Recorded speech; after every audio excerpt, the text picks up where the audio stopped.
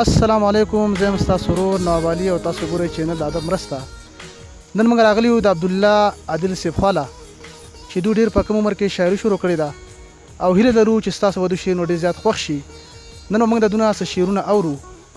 جی عبدالله صاحب که تاسو مینوال تاسو شعرونه ډالۍ کړئ، ستاسو به ډېره زیاته مننه وي. بالکل جی، ولې نه. ستاسو هم ډېره شکریا ده کومه چې په دومره مصروف وخت کې راغلی او موږ له ټایم راکړو. ډېره مهرباني. دغه غزل یې به درته ووایم، اولنی دی د لنډ بهار غزل دی چې سر دې زندګي وخوري، سر دې زندګي وخوري، ما دې چېرته سپي وخوري او عقل مې په کار نه کو، عقل مې په کار نه کو، عقل به چینجي وخوري او دا نشې مې بدې شي، دا نشې مې بدې شي، دا به دې ځواني وخوري او لږ غونته کې عمر دی، لږ غونته کې عمر دی، دا به غریبي وخوري او نه ښار ته نه درځم، نه ښار ته نه درځم، ما به سادګي وخوري او پلار یې سړی ویشته وي، پلار یې سړی ویشته وي، زوی به دښمني وخوري. مهرباني. پلار یې سړی ویشته وي، زوی به دښمني وخوري او څه خو غریبۍ وخوړ، څه به یې عاشقي وخوري او ته رانه جدا شولې، ته رانه جدا شولې، ما به تنهایي وخوري او مه کوه عادله ښه سوچ به دې بیخي وخوري.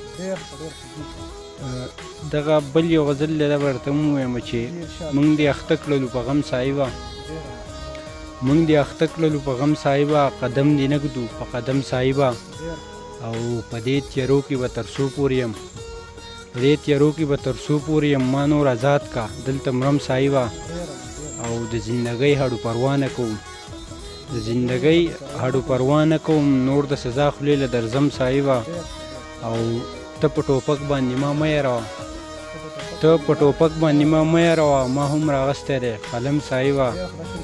مهرباني. ته په ټوپک باندې ما مه یاروه، ما هم راغستی دی قلم صاحبه او تاسو به خامخا ځانونه وهئ، تاسو چې وخورئ مار لړم صاحبه او د بلها وخت نه حدیثې اینمه، د بلها وخت نه حدیثې اینمه، زما چې وس رسي نسکم صاحبه او دا ایرپورټونه مونږ له وروستو جوړ کا، دا ایرپورټونه مونږ له وروستو جوړ کا، اول راولېږه غنم صاحبه او یمولا جانه مونږه مه یاروه، یمولا جانه مونږه مه یاروه او تا څه لیدلی جهنم صاحبه.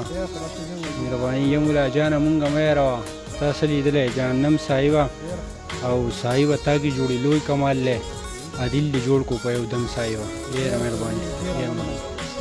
عادل صاحب تاسو یو جهان مننه کوم چې تاسو موږ لا په دومره لنډ تنګ وخت کې دومره وخت راکړو او زموږ سره خپل خیالات شریک کړي. ډېره مننه، ډېره